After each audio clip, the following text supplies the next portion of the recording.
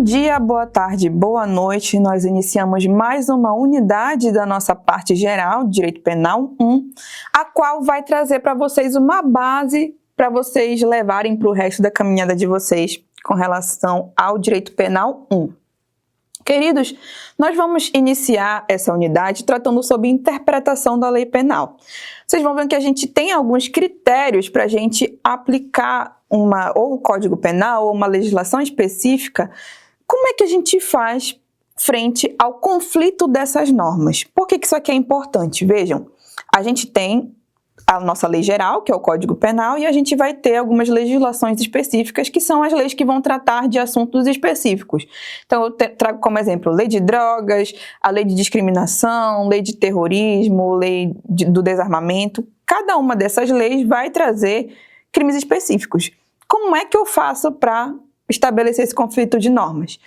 Por outro lado, eu também vou ter alguns conflitos territoriais também de normas. Então, toda vez que eu tiver um conflito de várias normas a serem aplicadas, eu tenho que observar esses moldes do que é o ideal a aplicação da norma, tá? Então, é aqui que a gente vai adentrar a partir desse momento.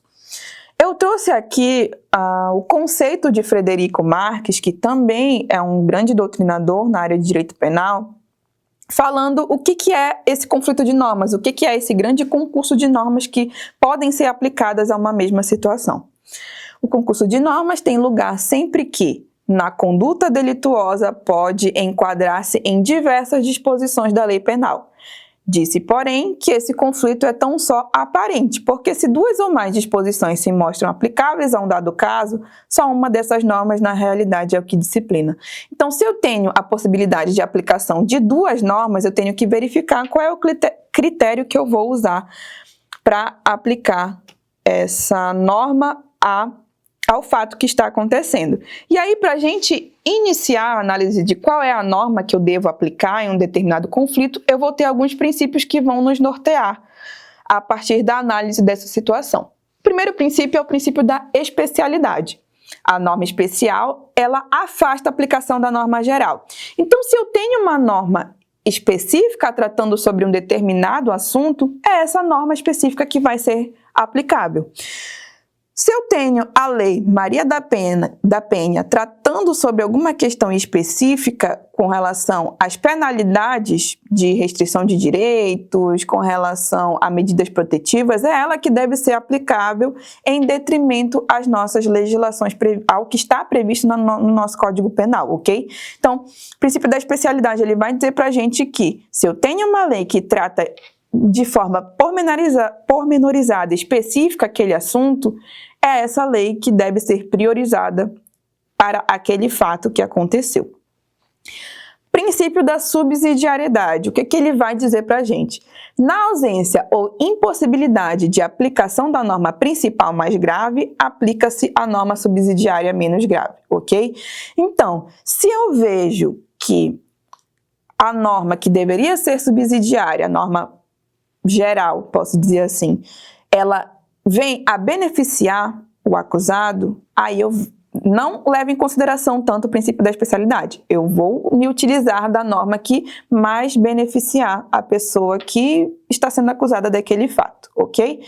Então, essa subsidiariedade, ela pode ser expressa, a própria lei pode dizer para a gente, olha, salvo em possibilidades em que a gente não possa aplicar essa lei, a gente vai aplicar de maneira subsidiária o que está previsto no nosso Código Penal, que está previsto na lei tal. A própria lei vai dizer isso, vocês vão ver que quando vocês já estiverem estudando as leis especiais, vocês vão ter em diversos momentos a lei especial fazendo referência ao Código Penal. Ou nós temos essa aplicação também de maneira tácita, ou seja, a lei não vai dizer para a gente que é aplicável subsidiariamente uma outra legislação, o Código Penal, por exemplo. A lei específica ela não vai dizer que pode se aplicar o Código Penal de forma subsidiária. Mas eu posso observar na prática, ali, analisando as penalidades, que se eu tiver no Código Penal um delito que se aplique àquele contexto fático, aquele fato que aconteceu, e aplicando o Código Penal, aquilo for beneficiar a pessoa que está sendo acusada, mesmo que não esteja descrita na lei a subsidiariedade daquela legislação, eu posso vir a aplicar essa lei de maneira como um segundo momento de análise, como uma lei que possa vir a ser aplicada subsidiariamente. Princípio da consunção. Quando um crime é meio necessário ou normal fase de preparação ou execução do outro crime, eu vou ter uma situação aqui que eu não tenho como observar esse crime como sendo sozinho. O que o princípio da consunção está falando para a gente? Se no momento em que eu vou cometer um crime, um delito de estelionato, por exemplo, o estelionato ele tem a sua descrição ali. E no momento em que eu quero obter essa vantagem dessa pessoa que eu estou me direcionando a cometer o estelionato, eu acabo cometendo no meio do caminho uma invasão de dispositivo informático. Eu acabo cometendo um crime contra a honra. Eu acabo cometendo um crime que tem uma pena menor. Mas no meio do caminho para consumação do estelionato, eu posso ter realizado diversos crimes. Se a pena for menor, se for um crime de menor potencial ofensivo, ele vai ser engolido por esse crime mais grave. Isso é uma forma mais simples de falar para vocês. Ou seja, eu vou ter a consunção quando, no meio do caminho para eu chegar até o crime fim, eu cometa vários crimes menores, mas no final das contas, somente a pena desse crime mais grave vai ser aplicada, ok? Princípio da alternatividade. Crimes tidos como de ação múltipla ou de conteúdos variados, crimes plurinucleares. O que é o crime plurinuclear? Quando vocês forem pegar qualquer crime, vocês podem abrir a legislação criminal de vocês, vocês vão ver que nós temos vários verbos. Então, matar alguém. Cada crime vai ter ou apenas um verbo ou vários verbos, que é o que determina qual é a conduta que se espera ali como sendo o fato criminoso, ok? Princípio da alternatividade vai dizer pra gente que nesses crimes plurinucleares eu vou ter a previsão de mais de uma conduta na redação do tipo penal. Então, vocês vão ver que alguns dos crimes eu tenho, se a pessoa fizer essa conduta ou se ela fizer essa conduta, a pena é a mesma, tá? Então, vou trazer posteriormente alguns exemplos práticos para vocês, mas tenham em mente que o que é um princípio da alternatividade? Crimes tidos como de ação múltipla, ou seja, eu posso ter mais de uma ação acontecendo ao mesmo momento, ele pode ter a mesma pena aplicada. Vou trazer um exemplo da nossa lei de drogas. Se eu usar, se eu tiver comigo, se eu passar adiante, vocês vão ver que lá no artigo 33 da lei de drogas, e aí recomendo até que vocês verifiquem na legislação, eu tenho vários verbozinhos com várias ações. Isso é um tipo plurinuclear, tipo penal que prevê mais de uma conduta e vários núcleozinhos. Toda vez que vocês verem falando núcleo do tipo penal, são os verbos. Então, toda vez que você tiver um verbo, aquilo é um núcleo diferente do tipo penal. Façam a leitura do artigo 33 que vocês vão ver na prática com mais facilidade o que é um tipo plurinuclear. No momento que nós estamos fazendo a interpretação da nossa legislação penal, a gente também tem que verificar questões relacionadas a sentenças estrangeiras. E, mais do que nunca, isso é muito importante da gente analisar, principalmente quando nós temos um cenário de crescimento de crimes informáticos, né? Então, se eu vou ter crimes acontecendo na internet, que é um ambiente altamente globalizado, que muitas vezes acaba relacionando pessoas de diversos países diferentes, eu preciso analisar qual é o critério toda vez que eu tiver essa questão de limites territoriais. Então, vamos analisar aqui. Num primeiro momento, a gente precisa entender que a sentença ela é um ato de soberania do Estado. Então, cada Estado, quando eu falo Estado, eu estou falando Estado-nação, então cada país, ele vai determinar, de acordo com as suas leis locais, a sentença para um determinado fato criminoso que está acontecendo.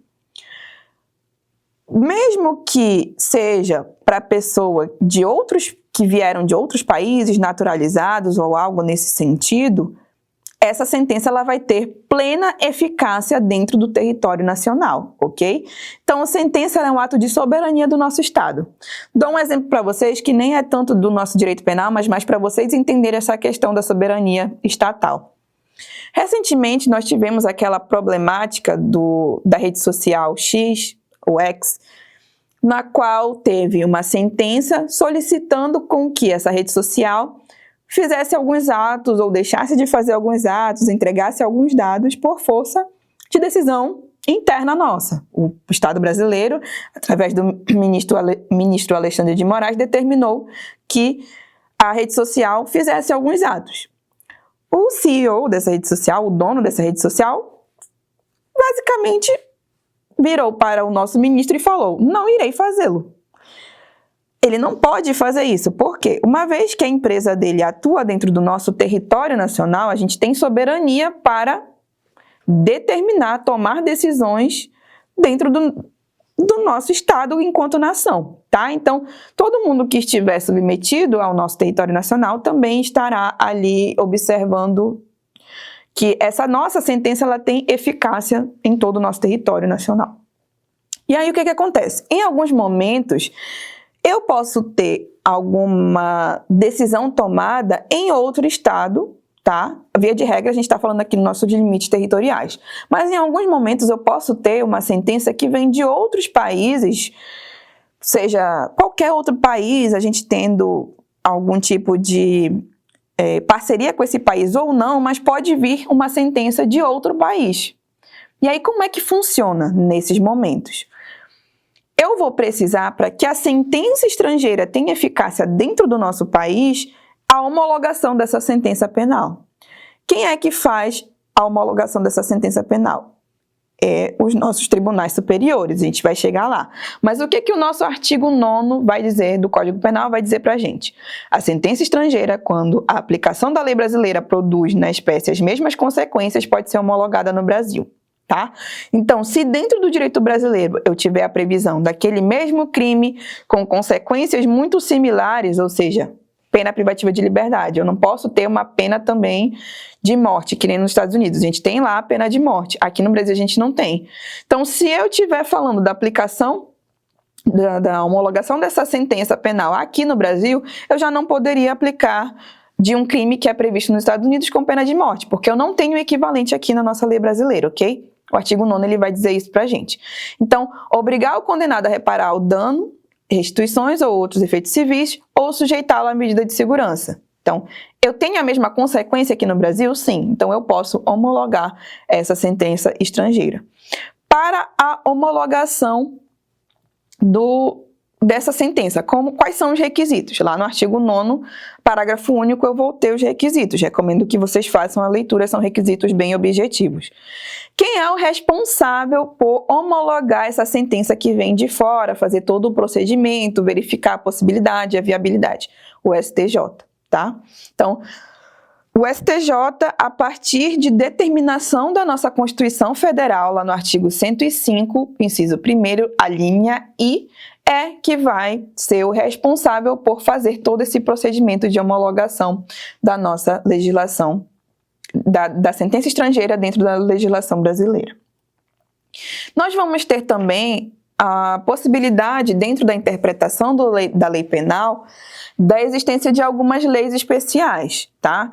Então, toda vez que a lei especial ela tiver um entendimento contrário à nossa lei geral, o que deve prevalecer é o entendimento da nossa lei especial, ok? Então, lembrem que toda vez que eu tiver uma lei especial, ela sempre vem em detrimento da lei geral.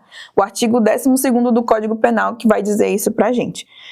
As regras gerais do Código Penal são aplicáveis à legislação especial, caso essa seja silente. Então, como é que acontecem com as leis especiais? A gente tem duas situações.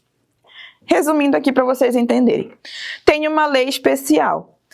Se essa lei especial ela não legislar sobre alguma questão específica, a lei ficou em silêncio sobre algum fato. A gente aplica o que está previsto na legislação geral. Então, se o Código, a Maria da Penha não fala sobre penalidade para o feminicídio, onde é que está previsto o feminicídio? no Código Penal. Então, a gente aplica a penalidade do Código Penal, certo? Já que a Maria da Penha não trouxe a criação desse tipo específico. Quando a lei especial dispor de forma contrária ao entendimento geral, o que vai prevalecer? O entendimento da lei especial. Se a lei geral ela fala sobre a mesma situação que também está prevista na nossa lei geral, ok? Então, a gente tem essa questãozinha com relação à interpretação das leis especiais. Nós temos também, para a gente finalizar essa nossa aula de hoje, uma questão para verificar com relação aos prazos no Código Penal. Vocês vão ter uma matéria de processo penal mais lá para frente. No processo penal, os prazos eles são diferentes do Código Penal. Como é que funciona o prazo dentro do Código Penal? Eu tenho dentro do Código Penal prazos que dizem respeito ao direito de liberdade dos cidadãos. Então, quando é que prescreve um crime, ou seja, até quanto tempo eu posso me direcionar até a nossa justiça brasileira para levar alguém a ser processado por um crime.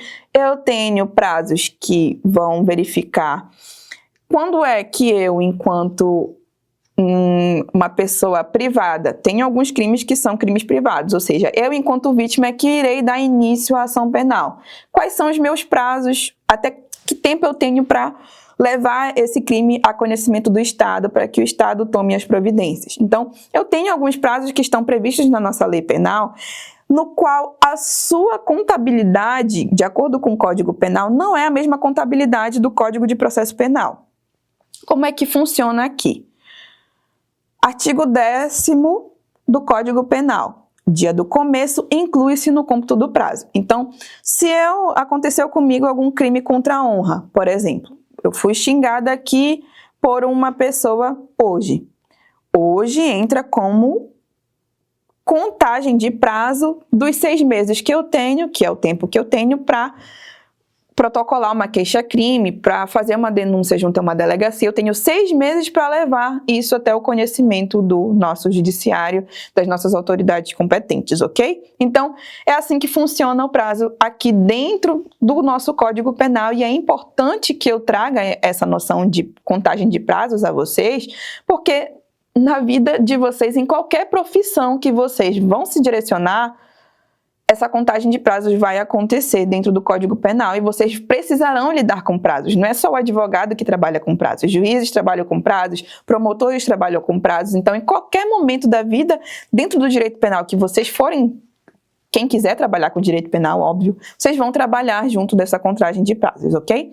Então, é diferente dos prazos que dizem respeito à norma de andamento do processo. Então, aqui eu não estou falando de prazo para apresentar uma resposta à acusação, de prazo para apresentar uma denúncia. São prazos de natureza processual que não entram na contabilidade do artigo 10º do Código Penal.